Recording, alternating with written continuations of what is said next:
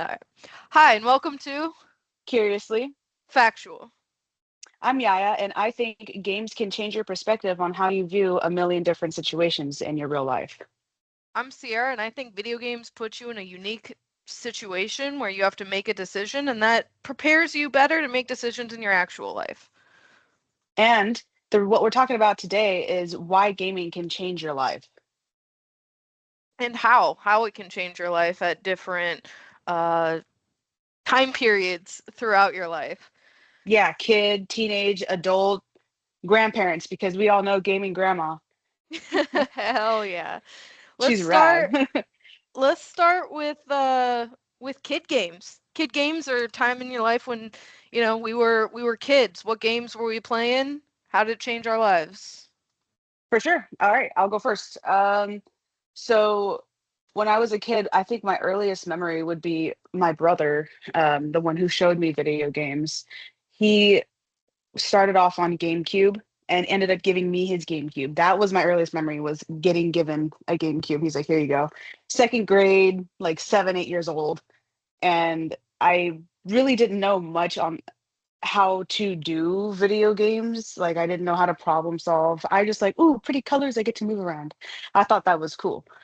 But when my brother would play and my cousin, when they would play together, it would be Halo, and it was so interesting to watch them play because they got so into it and they were so good. Eventually sometimes they'd hand me the controller if they were bored, and they're like, hey, you try it. And it was first person. I didn't know what the fuck I was doing because first person was hard as hell to me. My brain did not understand what was going on. I was used to Sonic. um that's basically it. I was used to Sonic as a You were a child. Sonic kid? I was a Sonic kid, specifically ones that are really hard to get, not really hard to get right now, but they are considered vintage and expensive as fuck. Sonic Adventure and Sonic Adventure 2, Sonic Adventure DX. Those were like the best ones. I think they were really fun and really, really colorful. And every Saturday morning, I'd wake up early, like 7 in the morning, just to play Sonic or Mario Nice. Sunshine. Mario Sunshine was a game? That's right, you're younger than me. Oh my Yeah. God, I was 64. Super Yeah, Mario yeah. 64. When I was visiting cousins or like my brother when he had a 64, I'd play so like Mario Kart and stuff like that, but I mean, I barely remember that, so I don't want to count it really. Yeah. The main core memory as a child was GameCube. GameCube, living in Arizona and Phoenix with my parents and my brother. Every Saturday morning, I had my own little TV in my room and I just play. So when you look back on that time, like as a kid playing video games, like what emotion do you feel? Was it just like fun? Like what do you feel looking back on it? Just happiness, because when you're a kid, you have all that innocence still. And and so when I look back on it, it brings back innocent memories, really, just of like, oh, early mornings, I don't have to worry about shit. I don't have a phone. I could just go on and play. It was just a calming time. It was like my Zen time as a kid before even knowing what the fuck Zen was. Yeah, yeah, that makes sense. That's cool, man. Yeah. That's a happy introduction to gaming and a good memory Yeah. to hold on to. I think a lot of kids have that experience. My experience with gaming was a little bit different. So, the only games that I was really exposed to were educational video games like Freddy Fish, Rita Rabbit.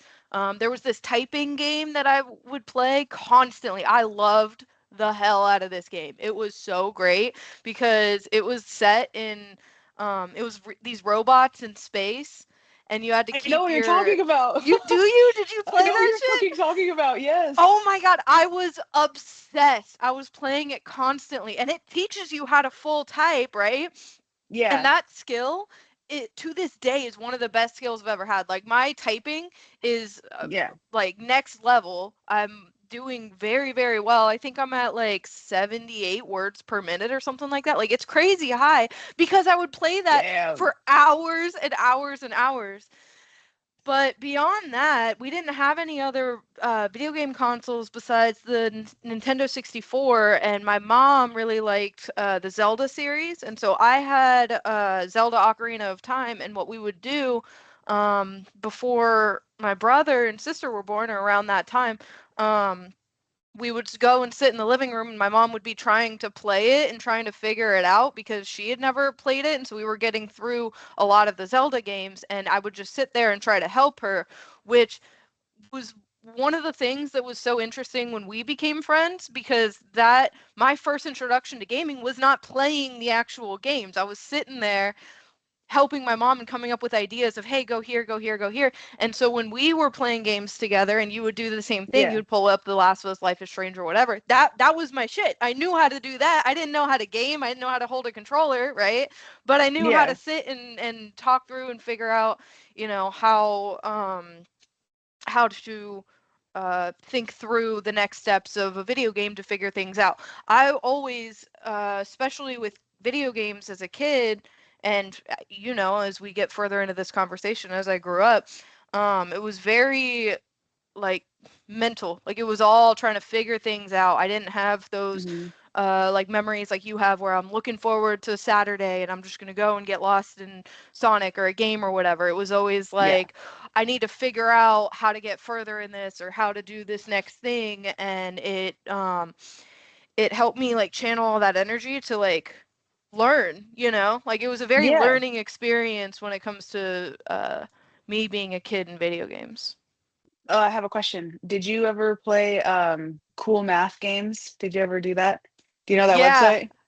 Yeah, Yeah. I did. I did. I not as much though. I will say not as much because for some reason as a kid when I was learning math, I just liked the old school times tables on like on a piece of paper, like the worksheets. I'd just go Oh, and see, I'd I hated time those. myself. I loved no, I made it a competition with myself, man. I'd time myself, go and figure it all out and then retime and try to get that time as low as I could. I was a fucking nerd, bro.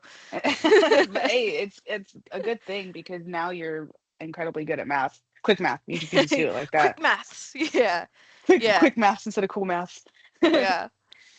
For sure. Do you have any other core kid memories of gaming, or is it more just like the learning experiences or teaching people or helping people play their games and telling them, "Oh, what about this with this puzzle or this with this puzzle?" Yeah, like I said, we didn't really have much else. I mean, I had access to Wii Sports at my dad's house, so I'd play some of that, but I wouldn't say any of that really left an impact on me, like Yeah. it was just something that I did a few times.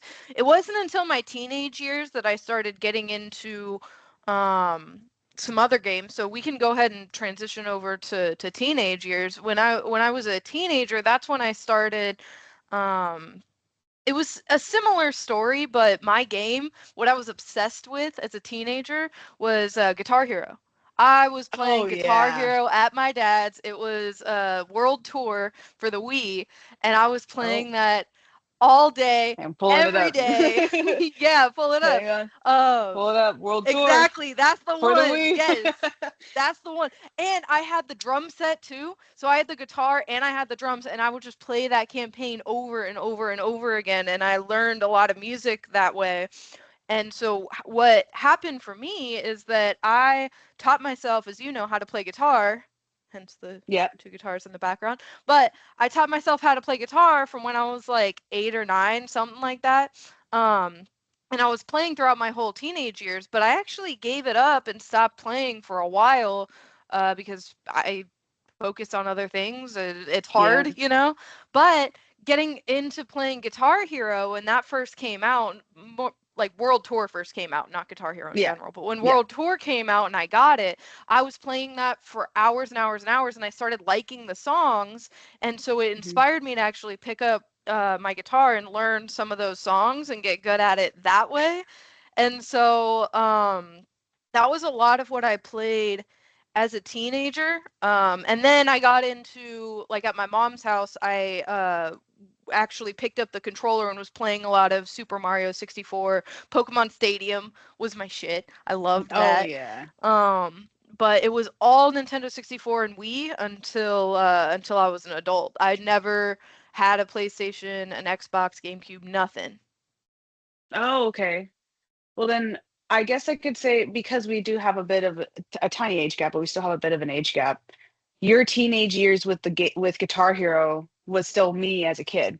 So, because I would say teenage gets you're 13, you're a teenager. That's it. It's in the Right. fucking number.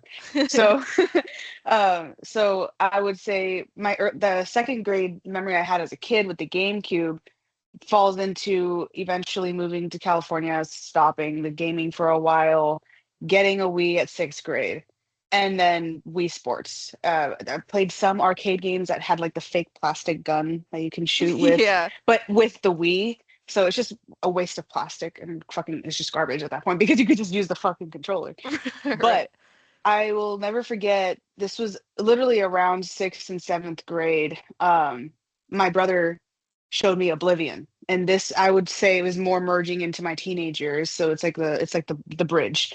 And when he showed me Oblivion, I thought it was the coolest fucking game ever. And the one that he had specifically was when it was rated T for teen.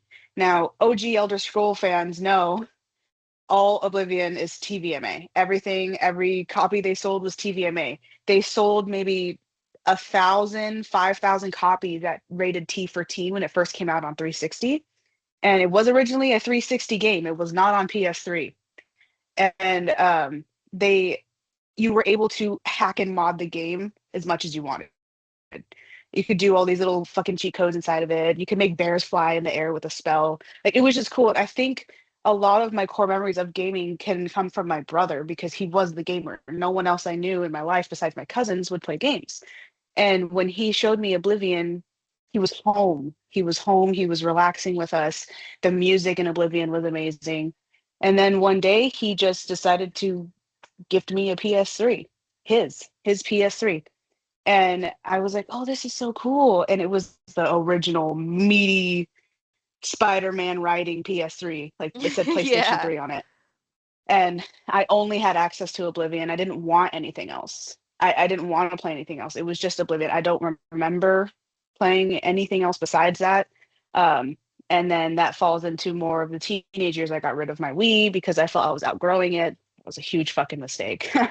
um, and then at so now we're at age 13, right? I took a little bit of a break from gaming, and then I run into The Last of Us. At That 13? 13, 14. Yeah. Oh shit. All right. I was the same age as Ellie, bro. That's crazy. That is I know. insane, dude.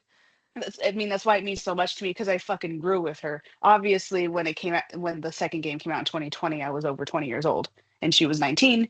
But I was just like, oh my God, she's my age. I can relate to her. And then lo and behold, she's a lesbian. And I was like, dang, they did that. No way. Like, I'm gay. Like, they Did actually have a you gay did you person. know you were gay prior to playing The Last of Us? Yeah, I've known since seventh grade. Okay, so damn, so you sat there, you played the game, you didn't Huh? know anything about the game, right? Yep. And then the Mm-hmm. DLC comes out and you're like, Yes. Yeah. I was the fucking picture of that monkey where he's like yeah. that was me. That was me. And so that's I think for sure my teenage years is when gaming boomed for me. In the beginning it was, GameCube games, some of Halo, started off with Oblivion, and that was my introduction to RPGs. That was me learning how to be in first person. I didn't know how to control first person. It was super weird to me. And I think my cousin used to play Inverted. That brain was like, huh? Like I was Yeah. like, is all first person things in like that? And he's like, he fucked with me and said yes. And I was like, I'm never gonna play first person again. But no, Oblivion, since you can switch your perspective, it was so easy for me to learn. And then that's when my curiosity for gaming just peaked completely. And I mean, shit, from 13 to 18, 19, I was playing so many different freaking games. I can't even put them all Did you on ever the get into list. Skyrim? Okay, so I'll never forget the memory of the introduction of Skyrim. We knew it was coming. Um, Keep in mind, Oblivion came out in 2003, okay? Yeah, Or old ass game. 6, or 6, 2006. Skyrim came out 11/11/11. Really? Yes, they did that release date on purpose. And I think you went to the Sonol house when my grandparents Yeah, still I lived did. there. Yeah. So I was in my 2006, by grandparents' the way. Oblivion. 2006. I thought so. I was in my grandparents' house and Joaquin wasn't in California. And They had released the trailer for Skyrim when I was with my grandparents. I called him so fucking fast. I was like, "Walking, Skyrim." He's like, "What is that?" I'm like, "The second or the fourth Oblivion game." Like, dude, what the fuck? And he's like, "No fucking way." He like immediately, whatever he was doing, he stopped. He pulled up the trailer, and we were just like geeking about it for like 2 hours on the phone when I was visiting my grandparents. And it looked amazing. It looked so good. And we were waiting for the release for some time because obviously trailer drops versus game drops, giant gap Right. in between. Right. We were looking at everything. We were looking up people talk about it. And then the game came out. Of course it was hyped. Of course I got it immediately, right? So did Joaquin. He got it too. And he was, I would say, way more into it than I was, just because Oblivion took a soul, like took a part of my soul, and it stayed there. Skyrim couldn't fill that for me. And there's Interesting. I feel some like that's a hot take. it is. It is. I would say maybe Elder Scroll fans would say the same about Morrowind and Oblivion. Morrowind was ginormous. It was a huge game, and they didn't bring it to console until years later. It was mostly a PC game, but it was big, and it was the first time you were able to like talk and interact with NPCs, and NPCs had their own schedule. That was the first time they introduced it. Oblivion kind of got it there, and then Skyrim really got it there. Mhm. Yeah, and it's good to me. I like it. It's beautiful, but I don't know what it is. It just I can't sit down and play it for 60 hours like I did with Oblivion. That's fair. That makes sense. So, you played a whole bunch of games throughout your teenage life. That's when you really fell in love with gaming. Um, Hmm. I think I know some of the answers to this, but what it during just that teenage time stands out now in hindsight as games that changed your life in that teenage time and why? Okay. Believe it or not, the third one you're not gonna but you're not gonna believe that that's where it's placed. The Last of Us, Walking Dead, Life is Strange. Okay. Now, I'm shocked that Life is Strange is after Walking Dead because I played that with you. yeah, and it means a lot to And me. there was no way it had, like, from my perspective, there was no Hmm. way that it had anywhere near the impact that Life is Strange did because you were obsessed with Touche. Life is Strange. Exactly. And Life is Strange is my life. That's cheesy to say, but when it comes to my introduction to The Walking Dead, that was right after The Last of Us. I needed something very similar to The Last of Us, and I wasn't getting it anywhere. Didn't This is when Days Gone wasn't made. Days Gone didn't Oh exist yet. God, great game. Oh, Yes, love Days Gone. yes. And so I was like, God, I need something else to play. Like nothing, for some reason, the games that I had, which I was a COD player too, I wanted to feel something. I wanted to get emotional. I wanted to be like shocked. I wanted to feel something from my games. And then I ran across to Walking Dead. And I was like, oh, what do you mean episodes? I didn't know games can have episodes. That was my introduction to episodic gaming and choice like games where your choices actually matter and kill people or don't kill people or whatever because of what you're deciding. So it gives you that feeling of holy shit, I can fucks up, but also the story of The Walking Dead, never watched the show. Um Fucking fantastic, and it really fucking got me. I mean, I love that games that make me cry. I love games that make me just like curl up in a ball and be like, what is life? Yeah. It's really interesting because you talk about how as a kid it was all like happiness and like just this kind of escape and stuff. And then teenage years, obviously you're a teenager and so emotions are crazy anyway, no Yep. matter no matter what, right? So do you think Hmm. that that was kind of an outlet to kind of channel all of those negative energy you were feeling into something that like you relate with or like what? It's interesting because I never thought about it that way. I would say unconsciously that is me channeling my emotions into something, but at the same time I just wanted to forget what was happening around me. I wanted to escape into this world where these other people's lives are so hard and tough, makes my life not seem that hard or tough, if that makes Okay. sense. It Yeah. changes my perspective in that way where it's like, you know what, I can go to school. I can wake up in the morning. You're I like, at can least I'm not trekking across the country with zombies chasing after me with this old ass man who ex- wants to just get rid of me. exactly, exactly. And it just helped a lot. It's the same thing as movies, not getting off topic. When you leave a movie theater, you lived your life in that 2 hours of the movie. Yeah. You walk out and you're like, the fuck?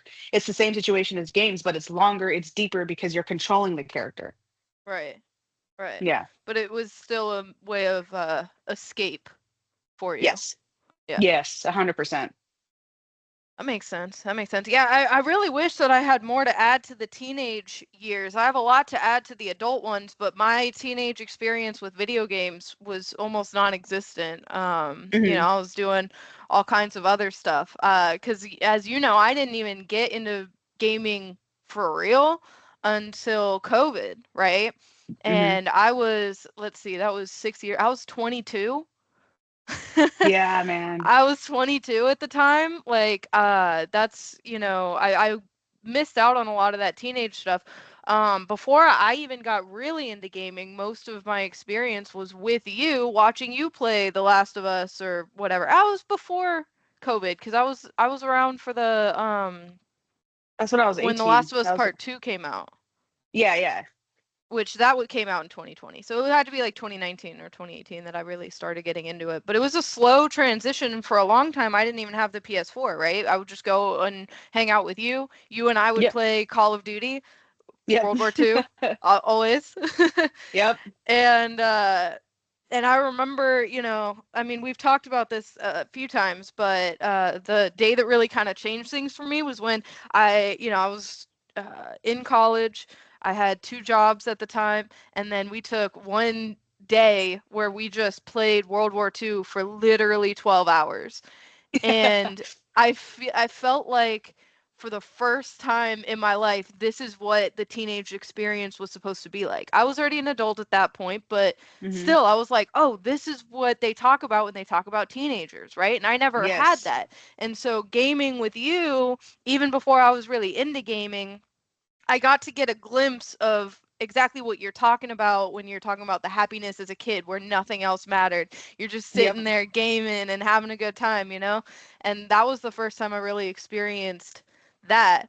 But when I got into gaming was as an adult with COVID, I started with Lego Harry Potter. There's two Lego Harry That's Potter games, right. and I went and I started with those because it was fun, right? And then I was Yeah. playing on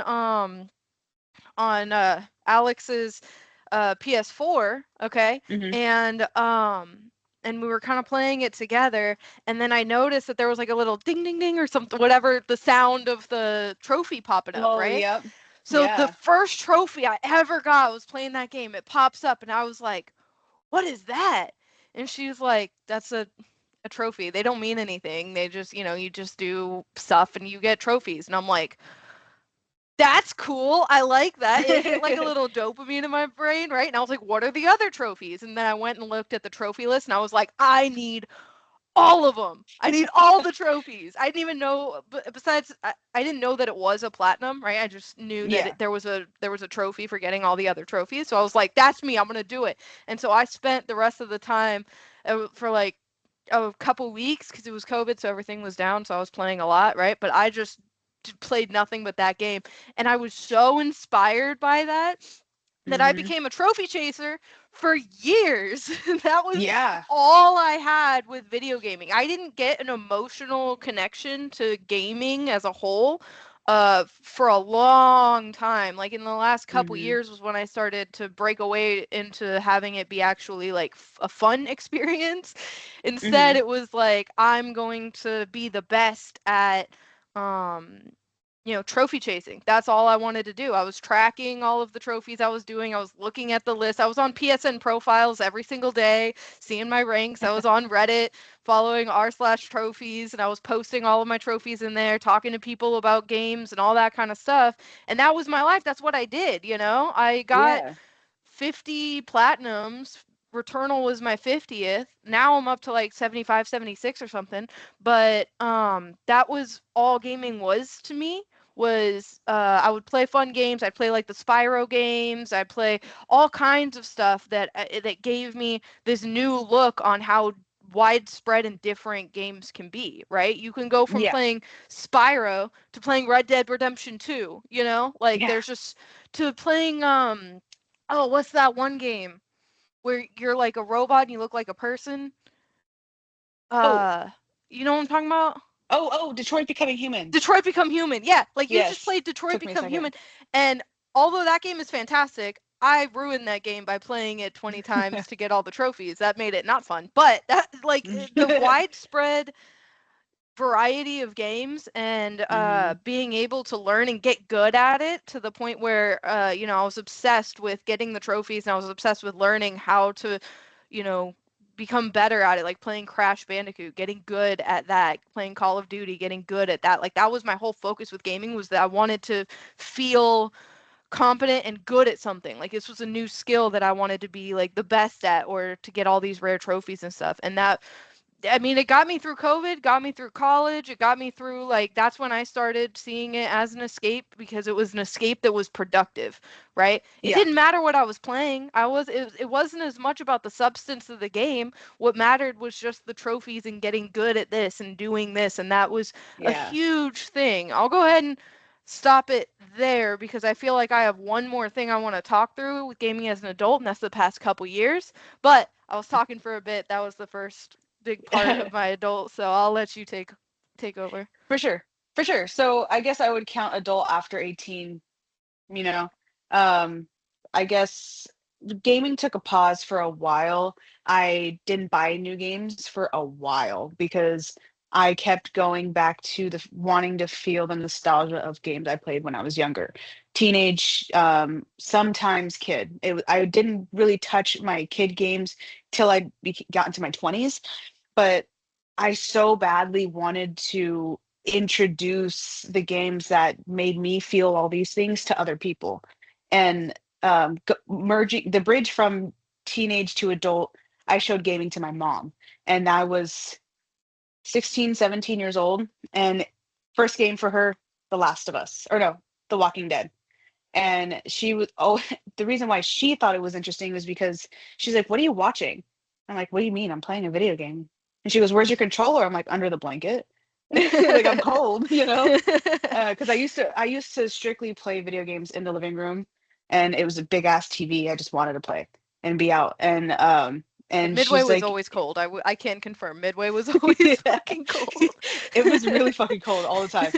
And so every time she would walk out to get food or go to the bathroom or anything like that, she's like, "Hmm, this looks really interesting." So all I did was show her one scene, and she goes, "I want to watch you play this." Showed the whole game to her, and that exploded her mind. And she bought me Life is Strange at 17 when we lived in Mountain House for 6 months. Mhm. And I'll never forget that because she bought the whole game, $60. And we played the first episode. We're like, "What the fuck? Like, you can control time? I've never had that before. What?" And we so badly wanted to continue the game, not knowing that they had to be released within a month or two between each other. And we were just like waiting and waiting and waiting for each episode each time. That falls into me being 18. And then Before the Storm came out, that's when I was my angsty 18. I just got broken up with for the first time. Fuck life. And I really fell in love with that game and showed other people as well. And those people really enjoyed that game with me. It became like our fucking personalities, being Chloe, being Rachel, being Max, whatever. And surprisingly enough, didn't touch The Last of Us for some time to show people until I met you, because I wanted to show you. And I think that's also when I really delve into horror games. When I was a teenager, I didn't really like horror games that much. But they started releasing really good, really realistic graphic games, that being Until Dawn, and then eventually the Dark Anthology series. Um, and then the last one that they just released, I can't remember the name right now, with the werewolves. I can't remember the name. The Quarry. Yes, Yeah. yes, The Quarry. And they had one of my favorite Ariana Grande songs in the first 5 minutes of the game. But copyright, What um, song? Moonlight. Moonlight? Okay, continue. I Yeah, don't know if I know that one. yeah, it's in the beginning of her one of her albums. That's when I listen to her all the time. But yeah, so that's when I delve into more of like horror games. But I would say it was a little bit more sporadic in my teen and adult years with how much I would actually play. There was even a time where I didn't touch my systems for 6 months, and I just hung out with my friends. I went out, I traveled, I drank, I partied, I did all this stuff. But I always, when everything else became too much, I always came back to gaming. Yeah. Always came back to gaming, even if it was just for 10 minutes. I'm like, you know what? I wanna smoke a joint with Chloe. I wanna smoke a cigarette and play fucking Last of Us. It Right. was always some sort of escape. But also, if something got released like Life is Strange, because they do have a lot of games, me and my mom always got together every single time. Didn't matter what we were doing. Life is Strange is out, we're playing. Or a new Walking Dead game came out because there's like 6 or 7 games. We would sit down and we'd play. It didn't matter if I had work, it didn't matter if I had school, it didn't matter if I had plans. We always ended up playing. It didn't matter how late into the night or early in the morning. It was just something that me and my mom really connected on. Um, and then introducing you to gaming, that's when everything kind of exploded for both of us, and we played together all the time because All the time. I didn't really have the friends that liked playing COD. None of my friends liked it, and except previous people, they did like it, but they would prefer Life is Strange over COD at the time. Yeah. Oh, and not even including my every time I got with somebody that I was in love with or whatever, I showed them gaming. They weren't that much into gaming, and they became really into it because the stories were so fucking captivating. They were so good, and Yeah. they loved watching me play.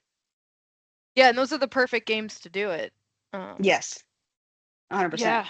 Yeah, And I you know, have a little bit of a sidebar. I mhm. also played Rock Band and Guitar Hero all the time as a kid. And my did since I didn't have it as a Wii game, in high school and as an adult, I would go to the Tracy Mall and play the arcade Guitar Hero and spend Really? You'd go. hours. Yeah, I would spend hours, That's and I was like, why the expensive as hell, bro. It's like a it dollar a is. game, man. It is. And I did it all the time. And it was one of my favorite memories with my best friend Kiara and their sibling Lane. Like, we really loved playing together. And Lane unlocked my want of wanting to get better at Guitar Hero. I was only playing on medium. And I was like, fuck this. I want to be on hard like they are, you know? Yeah, that And they jump is showed hard. me Getting it from is. medium to hard, it takes a while. Yes. And then playing on hard on the songs that they were showing or they liked playing ended up becoming my favorite songs to play, Right. and we would just stand there for hours, just steal a monster from Target real quick, and then let's go and fucking play Guitar Hero. Yeah. Yeah, dude. Oh, that's good times. I like it. Yeah, you mentioned something interesting about like always coming back to gaming, and Hmm. for me, it wasn't really coming back to gaming because it was a relatively new experience. Like once COVID hit and I really locked in and got deep into it, I'll go like, a little bit of time, but not much, and I feel like I've been very continuous with gaming ever since, and like Hmm. it's always been what I do. Like if I'm not doing something, right? Like Hmm. if I'm not working, if I'm not whatever, then my PlayStation's going to be on. Always. Yeah. It kind of turned into that like comfort blanket to me where it doesn't even matter what I'm playing. It's not about anything I'm doing, right? And I think I said this before, it's just like doing something. Um but that all changed like a couple years ago after I got the Returnal um platinum and I hit that 50 mark. I got to 60, I think. I with some uh like less intensive games, where I would just get the platinum here, platinum there. Yeah. And I used to have a rule for myself in order to help me push myself to finish the games that once I start a game, I will not play any other game until I get the platinum for that. Yeah. And I think Crash was one of the ones that broke that for me because I just got so burnt out from playing that game and I just started getting really annoyed. Like I would be playing SpongeBob and I'm like, and it was fun, but I'm like, "Oh, I don't feel like playing SpongeBob right now, right?" And I'd want to Hmm. go and play other games, and you have a lot of fun jumping from game to game to game to game and you don't finish them or anything like that. And I Yeah. was I was starting to get stressed out, and this was at the time where I was stressed because of the job that I had, right? This is out of college. I Hmm. worked at the job I have now, but in a different department. And so I was running around and I was getting screamed at all the time and I was traveling and stuff. And so it wasn't as fun. It felt like an obligation. It felt like a job 2.0, that I Yep. was putting on myself. And I hated RPGs. The platinums, the genres that I have the least amount of platinums in that I've played the least is RPGs. But what's funny is that in the past year, that's almost all I've played. But back in the day, like when I was originally playing Fallout 4, which was around COVID time a little later, it was a couple years Hmm. later, right? It was stressing me out so much. I hated it. I wanted to be able to predict, like to say the right answer, right? I wanted to Yeah. say the right answer and be able to predict everything that was happening. That RPG element of it, like literally the whole point of the game, I hated because it was ambiguity. It left it up to chance. It stressed me out. If something happened and I didn't see it coming, then my whole plan for the game that I wanted to have is like gone, and it legitimately would like freak me out, you know? Yeah. And so it wasn't really until it was a slow transition, but I'd say Kingdom Come Deliverance 2 um was the game for me that really Baldur's Gate a bit, but not as much. KCD2 was what really made it like, all right, I'm gonna have fun here. I'm Hmm. here, Henry, I'm just living in these medieval times. Every decision I make is gonna impact something, right? Hmm. But I'm starting from nothing. I don't even have magic or anything like that. This is a real role play game that I can do as if I was living there through Henry, but still. And so I really kind of leaned into that and was like, okay, I'm not going to worry about if this goes good or bad. If I feel like killing this person because I just don't want to deal with this, I'm going to do that. I'm not going to force myself to do this or to do that and stuff. And I started realizing, holy crap, games can be fun. Like this could just be a good time, you know? And like prior to that, I would have a good time playing like God of War, right? Love the God of War games, but those are linear games, right? You don't Hmm. really get to make choices with things. Hmm. And so I would have so much fun in that, and I thought those were the only games that I liked. Now the open world, the make your own choices, go and see this. Now I'm really intrigued by that, and it's been helping with decision paralysis that you experience in life all the time, right? I'm going through and I'm able to identify more of my thought process when it comes to games. Like, why did I make this decision? Why did I want to do this? And I'm able to kind of get a sense for what that feels like, right? What it feels when I'm leaning towards one decision or another, and being able to like trust my gut a little bit more, to where if I'm Hmm. faced with something totally unrelated in life and I have to make a decision, right? I'm like, okay, I kind of put it in options like you would if there's an RPG, like you have four options, right? And then I'm like, all right, Yeah. this option B feels, I get that little feeling like I want to pick that one, and so then I make a decision that way, you know? I feel like that's a pretty uncommon experience, and I think way too much about it, but that genuinely has been a lot of my experience with gaming over the past year and how it's changed Mhm. my life. Well, and to kind of bounce off of that, whenever we talk about our specific life situations, I mean, we get on the phone for like 3 hours, sometimes 6 hours at a time, and we're just bouncing off of a single conversation that you had or something that might happen. And so we just do our natural gaming brain as predictions of what could happen because of we experience so many different lives, experiences, and decisions in video games. And it helps us. And maybe we talk about it too much, but it helps. It It helps helps. because I mean, no, that's a wonderful point, because whatever girl bullshit we have, we're always just like, but in The Last of Us, they did this, this, and this. You know what I mean? Like we always bring it exactly. around to games and use that as a way to cope with whatever's going on in our lives. Exactly. And I actually have a question when it comes in relation to decision making. So obviously decision making started in video games, Walking Dead, The Quarry, like all of those games, making decisions, Life is Strange, all that. How do you feel about decision making falling into movies like Black Mirror? Are you talking about like the like Bandersnatch.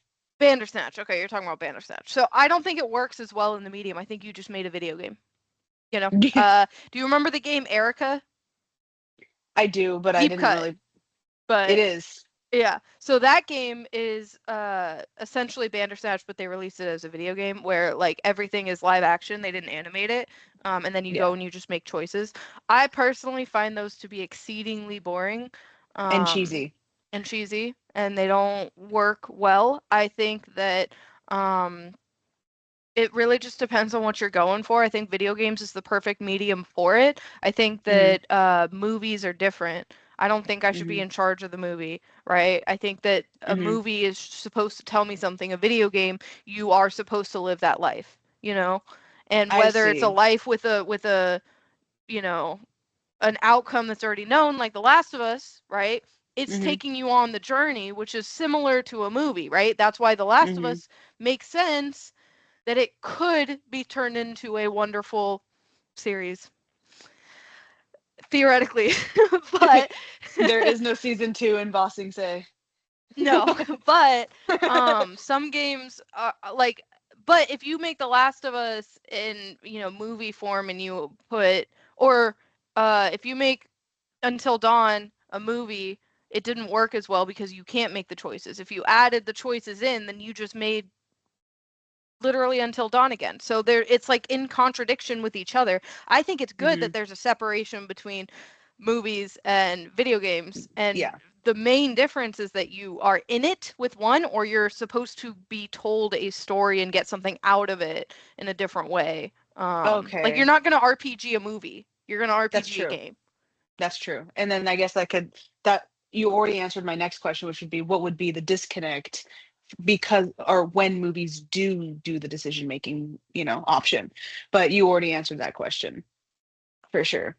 Yeah, yeah. I think that you can relate to media in every kind of way, whether it's video games, music, movies, whatever. Yeah. But I think it's just a different feeling playing video games than Hmm. it is watching a movie. Um, Especially live action stuff. I don't know. It's just it's a little bit different, and just Yeah. you don't really feel the same RPG elements. You're not as involved. You didn't walk up to this door where you have to make a decision in the movies. In the movie, even if you get to decide, they made the decision for whatever, right? And honestly, once you get to a certain point of them doing that in movies, you're just playing Oregon Trail. You know At what I that mean? point. Like that's Yeah. all you're doing is just going back to play Oregon Trail, and like cool, but that's just a video game. Like why are we trying Yeah. to blend these things? It just doesn't work, you know? I don't know. Maybe it could be because people just think, and this is where we're falling into our topic here. People just think gaming isn't a serious thing, and it doesn't have to be. But the thing is people who decide or don't want to play games, they are missing out on so much. And this is a side topic, but one that's going to fall into our later episodes and segments. People who refuse to watch anime Oh my are missing god. out Here we are go. they are missing out on fantastic stories, fantastic stories. And the main one that is always the contender slash fighter, or I should say final boss introduction, whatever, to anime would be Attack on Titan. Because so many people who are not anime watchers fall into watching Attack on Titan and they're like, I'll never watch another anime, but this is the best one I've ever seen. So it's just that as an example. Oh my God, I'm missing out on this entirely different world that can hit your soul so much. Same situation with The Last of Us. When they did create season one, oh my God, it exploded. I mean, it was probably not as big as Game of Thrones, I wouldn't say. No, but it was huge. It was It was huge. huge. It Yeah. was huge all over social media. Both of the actors from Game of Thrones are in it, and they Right. played perfectly in season one, And specifically, only season 1. and only season one. But that a lot of the, God, I mean, kids who played it got to finally show their parents, and their parents were like, "You played this? What the fuck? This isn't a video Yeah, I game?" know. They're like, And that you played this at what age? Like, not just at what age, but they're like, what do you mean a video game is this serious? What do right. you No, mean what do absolutely. you mean I'm actually feeling for these fictional characters? And the thing is the way that certain people can only relate to movie characters and movie actors or whatever don't understand that you can do the same thing to video games. On a And deeper level. on a way deeper level because Mhm. you get to be them, you get to hear what they're thinking, you get to see how they're feeling more so than than a movie, unless it's like Yeah. a fucking voiceover, and No, I mean you have it in your hands. You are moving them, so what happens to them is a lot more impactful off the bat, right? But I do think that Exactly. this whole conversation leads to an interesting point, which is a barrier of entry, right? It's hard to get into gaming. There's so many Hmm. games out there. You talk to this person, they're going to say start with this. You talk to that person, they're going to say start with this. And you know the Yep. noobs on a controller are like staring at the controller the whole time and don't know any of the buttons or what to do or anything like that. That Yes. introductory part, that learning of gaming is really hard. Like my mom tried The Last of Us.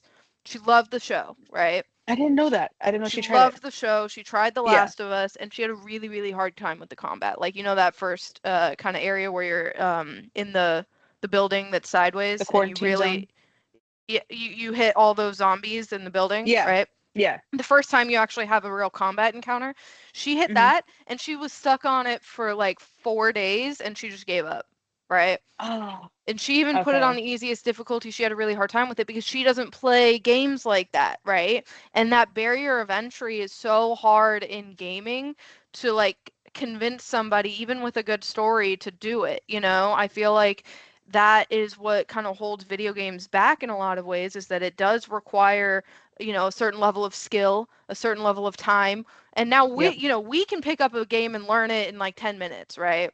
Yeah. But a lot of people can't do that, and we've had years to put in on it, and that's why a movie or a show is a lot easier to get into, and that's why I think that going back to the previous point of like kind of melding the two and having like a Bandersnatch or something like that, I think that that's what they're trying to do is bridge the gap so you don't need that skill, right?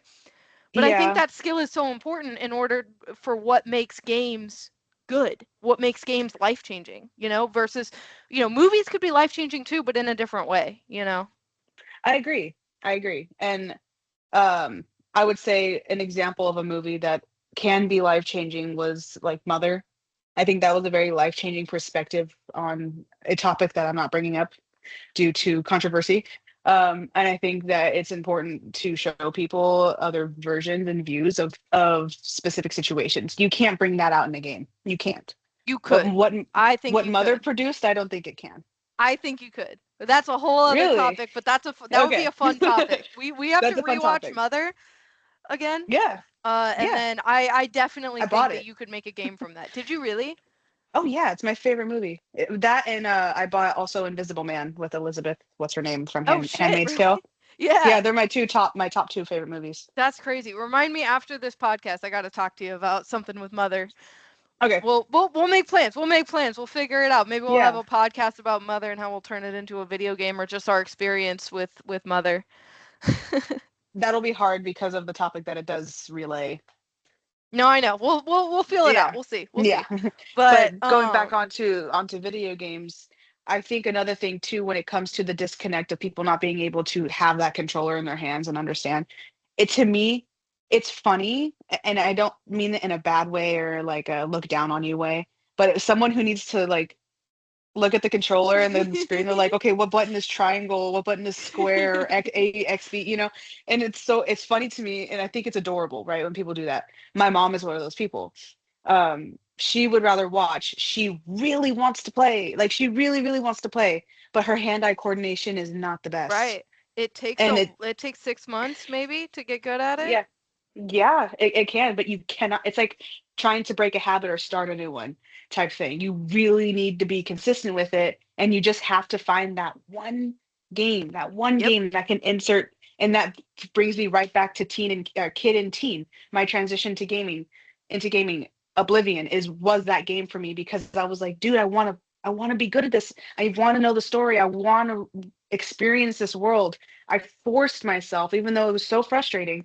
I forced myself to learn first person, to learn how to fight, even though the controls on Oblivion are a little wacko. I mean, jumping is Y or triangle. That's a little whack. um, and then like the way you have to pull up your menus and all that stuff. There's a lot of little things that come in games that are really, really hard to grab, but you just need to find that one that can bring you into it because that one can expand your horizons. It can unlock your hand-eye coordination if you don't have any. It can open up your mind to looking at situations in your life in a different angle. Just as like a game example is Superliminal. It's Mhm. a puzzle game and you're forced to figure out a different way to solve these puzzles to get out or into the next room, just like escape rooms. It you're forced to literally, instead of it being 2D like my hand, it can be 3D. Right. You know, Yeah, there's another it way. forces a different perspective. Absolutely.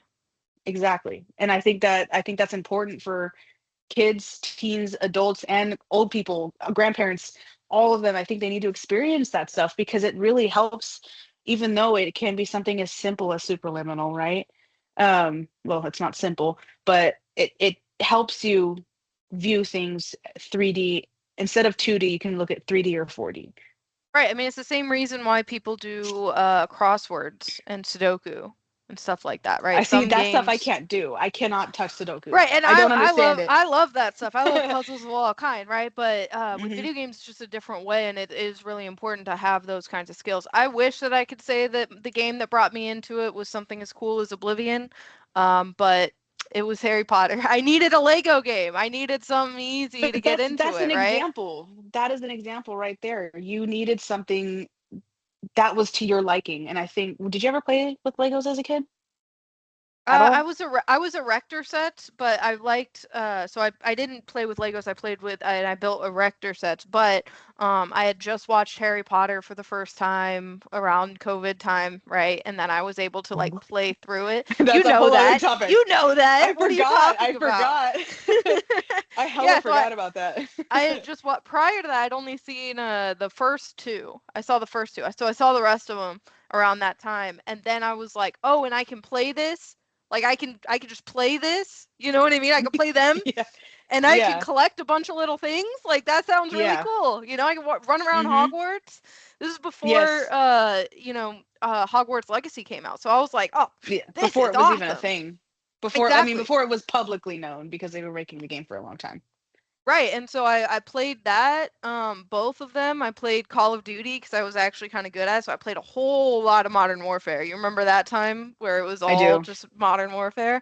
And then The Last of Us Part 2 came out, and that was the first game that I played besides Lego, Harry Potter, and Call of Duty. The Last of Us Part 2 was my next platinum. It was my one, two, three, fourth platinum. Um, Hmm. and that's when I was in at that point because I wasn't I played it. I didn't watch you play it. I played it. I Yeah. watched you play some of it, and then I went home and Well, I because was playing we it. had to experience that scene together. Right, yeah, we saw the scene together. Oof, oh my God. Yeah. But I remember that we were on the phone and stuff as I was going through and playing at my dad's house, playing through The Last of Us for the first time. What That was was the scene I needed you to amazing. call me on? Because it wasn't that one. Santa Barbara. That's right. I said The play it and I'm entire listening. end. Yeah. Yeah, the entire end. Yep. It was all Santa Barbara that we were on the phone for.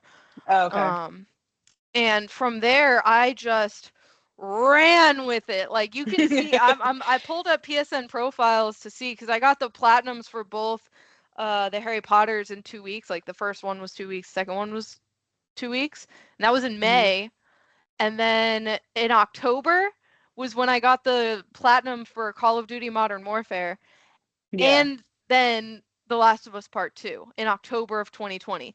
And then I Uh-huh. had, November of 2020, I got two platinums. In December, I got six platinums. Oh, Like so it that, was just. it went through the roof from there. Like I played Far Hmm. Cry, Middle Earth, Shadow of Mordor, wonderful game.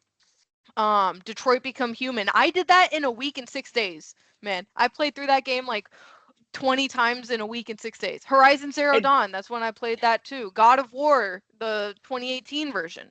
Like Yeah. those were my first ones. Tony Hawk, obviously Tony Hawk Pro Skater 1 and 2, love it. Of course. But those were the games that like really built my gaming perspective. And like I was talking about the kind of very beginning of this, the variety of those games. Concrete Genie was another one that was Hmm. fantastic early on in my gaming experience. Like I saw a whole wide range of games, and after that I did Spyro. So I was doing kid games, adult games, all kinds of stuff, and it was a new world. And after The Last of Us Part 2, I just dove in head first and got 50 platinums in like 2 years, you know? That's so crazy.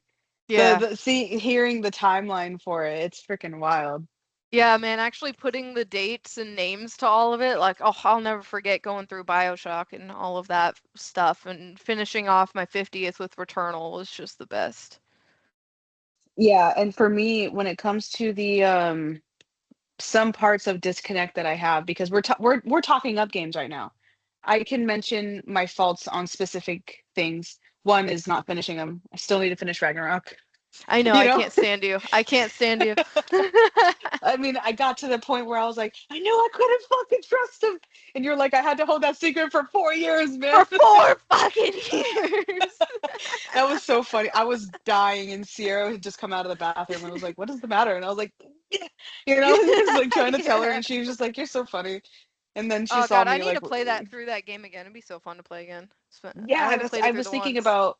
I was thinking about finishing it up and then doing New Game Plus for 2018 and then the 2021. Yeah, that'd be a Yeah. fun time. But But yeah, all right, my man. other Okay. disconnect will be from like Fallout and BioShock. I can't finish those games. I can't do it.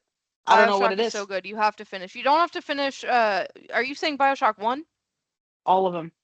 Oh. Oh. I played and started every single one. Can't finish them. Okay, BioShock and BioShock 2, you have to play through and finish. They're not even that long.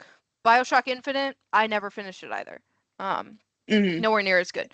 Well, I know I did finish it, but nowhere near as good. But 1 and Hmm. 2, you have to play through and finish. That's crazy. Fallout, whatever. Whatever. I've And never they, finished a Fallout game. I want to. I mean, I know the lore. I'm very happy for with the show. They did a really good job with the show. Ella Purnell, mwah, like so good. And then another example too, top down games. Can't play them. Oh, I hate Can't them. do it. I hate those games. You I hate played it. Cult of the Lamb though. You liked Cult Cult of the of the Lamb's Lamb. different. That's totally Is it different. not a top down? No. I guess tabletop would be a better term then. I don't like tabletop video Yeah, no, games being I know like what you're League of talking about, Legends, but War. yeah, Cult of the Lamb isn't like that at all. Hmm. You would really like Cult of the Lamb a lot. I played it for like 2 seconds. I still have it downloaded. Well, you should try it again because it's good. Because there's different parts to it too. Like you go through the dungeons and then you have your own like area that you build and you have to get followers and get all Hmm. your shit. That game's super fun. I've platinumed that Yeah. game twice. The Oh, PS4 yeah, version that's and the right. PS5 version. That's right. Yeah, that was the one that you did. And then I guess another example would be more pixelated um dungeon runs. Can't really play those. I would like to play Doom, just can't get into it. Like there's definitely going to be an infinite amount of games that you don't like, but also an infinite amount of games that you would like. I Right. can't get into WoW. I can't get into LOL. Barely got into Skyrim. Don't know if they're ever going to release Elder Scrolls 6. And Yeah, in you know what I'm 5 years. saying? Yeah, I'll basically have a kid at And that it's point. gonna be just Starfield with fucking swords. And that I'm so worried about. I'm so I worried know. about I it. mean, Bethesda just lost the plot, to be They honest. did. Come But on, Todd. yeah, no, I totally agree with that. There's a bunch of games that you're not gonna connect with, and then there's a bunch of games that you are, and those games will change your life. And Absolutely. I genuinely wish I could because of someone that I did know that liked League so much, told me all these stories. I was like, damn, this sounds so cool. But when it comes to WoW, they released is it League that did Arcane or League. That's League. That's it not was WoW. League? Okay. Okay, then reverse. So learned a lot about WoW, their stories, found it really interesting. But then League did the best thing ever and created one of the best shows ever created Yeah. related Yeah. to a game, even though it was nothing about the game. It's just the characters Right. and the lore and the Is monsters and whatever. is Jinx, are all the actual characters in it? Are they Yeah. actual League of Legends characters like that you Yeah. play as in Yeah. the game? Hmm.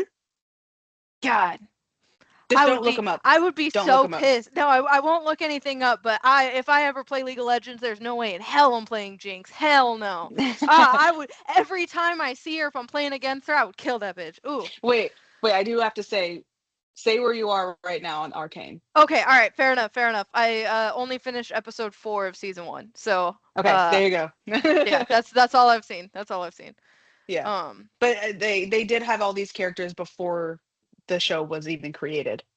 That's cool. That's cool. All right, Yeah. I think that at this point we should transition to just kind of a summary of top 3 games that have had the biggest impact on our lives. Kind Sure. of wrap this conversation up. I think we did some good stuff here. Yeah, for sure. You can go first since I All just right, made my last topic. for me, the games that changed my life the most would be The Last of Us, both of them. Um, Hmm. Kingdom Come Deliverance 2 and the God of War series, including the original series. Um, Okay. because one, The Last of Us, I mean, you and me, bro. That's what we talk about. That's what we do. That's a world that I got completely immersed in. I love it. Hmm. It's a hobby that we have shared together. Learning about all of that. It's a beautiful series, beautiful story. Everything about it is just life changing, and I can go back and play it over and over and over again. I will always, Hmm. always love The Last of Us. It'll always be my number one. Kingdom Come Deliverance 2 is the newest, addition to this list, and you haven't even played Hmm. it. You saw it a little bit. I But played a little bit. yeah, but to me, KCD2 was the first time I really, really got immersed because it was a grounded world where I do make decisions. There isn't magic. It felt relatable to me. I had to learn how to do a combat system that is entirely unique. I had to figure out how to make some money just to survive and get close. Like you start out, you're in boxers. You're in boxers, you just got thrown out of stockades, and you have to just here's the world, figure it out. You're in a town, nobody will talk to you because you smell bad. Figure Hmm. out how to make money and how to move up in the world and get to know people and stuff like that. That immersion that I felt in that game and that like it felt like me playing, like it Hmm. it was completely up to me. That's something I've never experienced before, and that the amount that that has impacted my life in the way of like having fun with it, I was having fun with that game. I'm having fun with how I'm living my life now and not overthinking the things that I'm doing. It's just like a happy parallel with where I'm at in life at this point, to where Hmm. I'm able to immerse myself and have a lot of fun in that game. So that game absolutely changed my life. And then the last one is God of War, and for me, that series is one of the best series ever made, including the OG games, and I found that pretty much entirely on my own, right? Like I played the 2018, and I think you played it too, but you didn't go back and play God of War 1, 2, 3, and Ascension, right? I No. went through and really dove in deep on that. I pre-ordered Ragnarok, played it as soon as it came out. Those are just fun ass games, and they really especially the 2018 version, they follow a similar story to like The Last of Us, right? You have the dad and his Hmm. kid, right? And they go on this Hmm. whole journey together, and it's beautiful. And like I remember at the time in my life when I played 2018 for the first time, like I needed that. I needed that Yeah. story, you know? And so Hmm. going through and playing that and then going back and seeing all of Kratos with all the um Ares and all that, and then they go to Norse mythology and stuff. It was just fascinating. So those are definitely my top 3 games that have changed my life. Absolutely, man. And I can say that think I can confidently say that your KCD2 was your Oblivion, Yeah. because 100% the way you described that experience is the same way I felt with Oblivion. And so my top three: number one, Last of Us, both games. That's it, because that was a game that I think that was the first video game that ever made me cry. And because before that I had never played an RPG that like really touched my heart and my soul, especially with a character that's so relatable and my age at the time. Right. um and and meeting Ashley Johnson was like the completion of my life. I could have died that day, I think. I'm And glad you talking to dropped the her. poster off to me before you died. Yeah, thanks, man. Yeah. And then number two, Life is Strange, every single one, even though some are not my favorite, like True Colors is one. It is still such a relatable game series in a way that they make their characters real. Like they're awkward, they're weird, they're cool, they have like you hear their inner thoughts when they're thinking, and it's very similar to how I think, or how whoever is playing them can think or feel in that moment. And boy, Life is Strange too, bringing up severe political topics that unfortunately are relatable now. Like it's just a very beautiful game series. And then just adding that little tinge, that little spice in there of like, oh, by the way, you can reverse time, you can step through realities, you can talk shit because that's Chloe's power. And then, Daniel being telekinetic. It's insane. And shape-shifting. Holy shit. Like these are all normal lives with all of these, like, hey, by the way, these people can do this. You can do this. Um, and then my number three would be Oblivion, just because it is my introduction to serious gaming.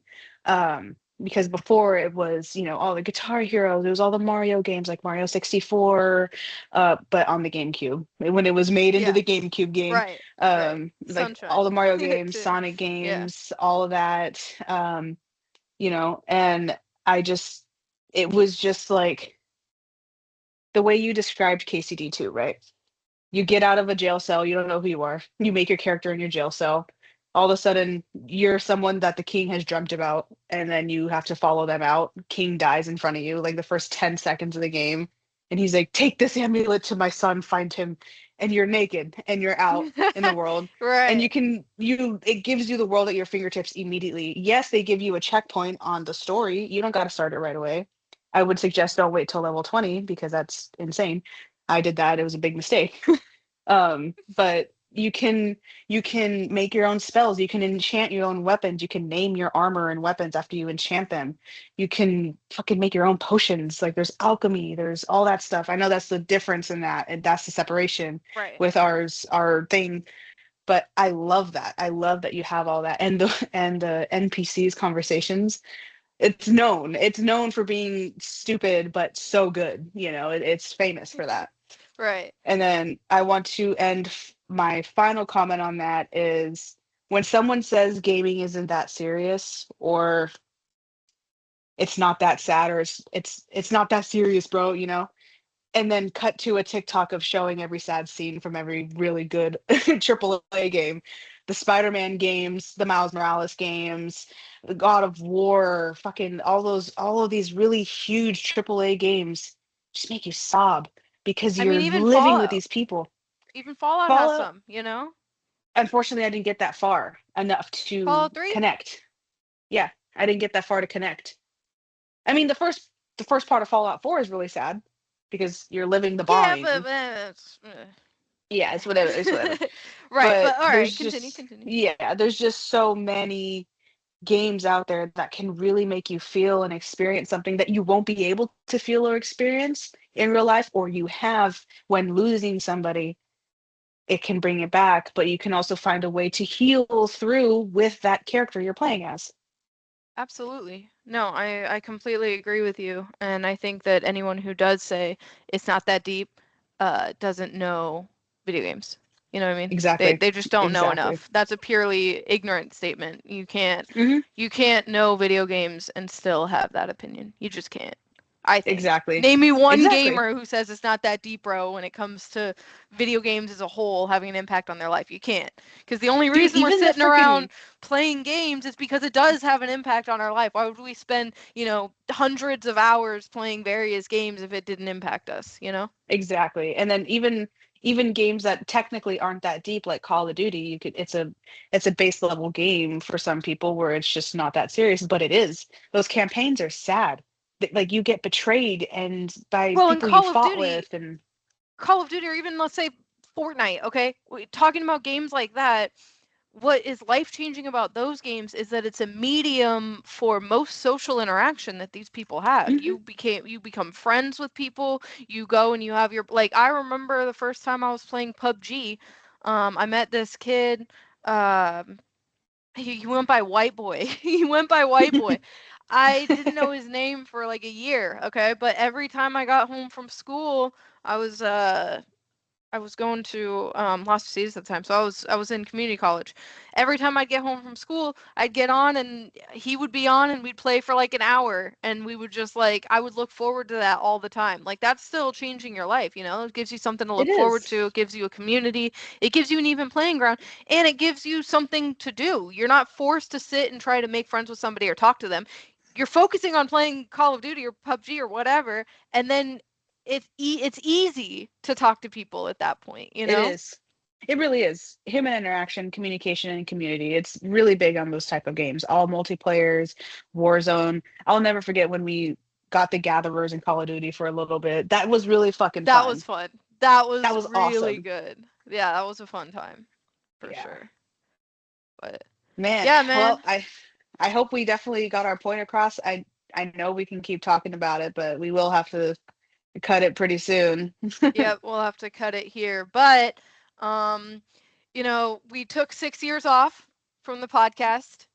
We're Yep. back. We're trying to be Yes, we back. are. We're trying to make this a thing again. So I think right now we're planning on doing this once every 2 weeks, thereabout. We're gonna Hmm. try to upload Bi-weekly. bi-weekly, somewhat consistently.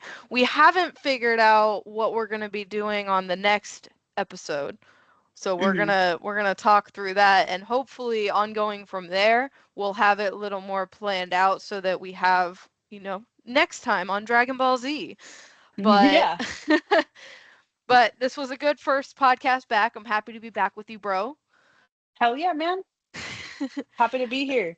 Yep, and let's make some good stuff and stay curiously factual. Hell yeah, man. Always curious. Always factual. Exactly. All right. All right, we got to think of an outro at some point, but we'll get I, there. we'll get there. We'll get there. I kind of like let's just workshop the outro at the end of this here. I kind of like if we say like stay curiously factual or whatever, or if I say curiously at that point, like if you're like, all right, remember stay, and then I'm like curiously, and you're like factual. I don't know. What do you think? That works. Yeah, that works for me. I like Okay. that we say always curious, always factual is really good. Ooh, I You do like know, that too. Which one do you like better? mm, we could say stay curious, stay factual, or Well, because I kind uh, of like it. It's like and remember, until next time, stay curious. stay factual, See you and later. just switch it. I Yeah, like that. yeah, that's I a good like one. that, bro. All right, that's Yeah. that's our end. Well, that's the end of that one today. So, Boom. all right. Let's get that. The recording We stopped ended. recording.